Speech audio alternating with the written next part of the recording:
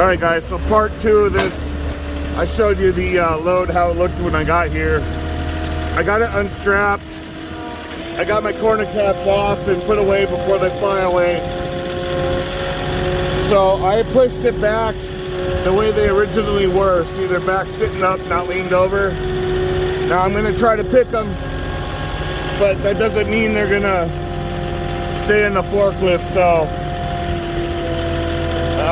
I'll do my best, but the good thing, it's insulation. If they fall off the forks, it's not gonna damage them, and then we'll just do it by hand. But you know, in a windstorm, all the big rigs didn't even make it down the road. They all pulled over. I at least got here. So we're gonna try to do this, and hopefully this paddle will stay together while I get it up there. So far, so good.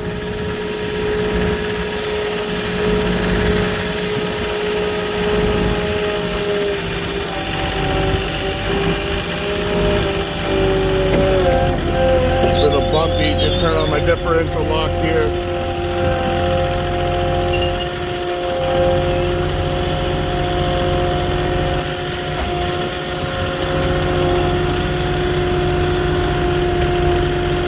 Alright, there's one. And you gotta hurry up and grab the other one before it blows off.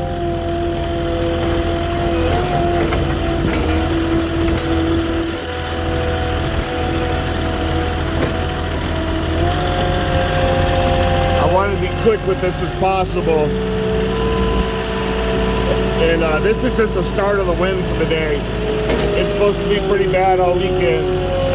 So this is a storm coming in. I got a little bit of drizzle, but the rain's supposed to start tomorrow. But before the rain out here, you get the really wicked winds. So this looks like I was able to push this back to where it needed to be for the pitch, so that worked out. I'll get it up here.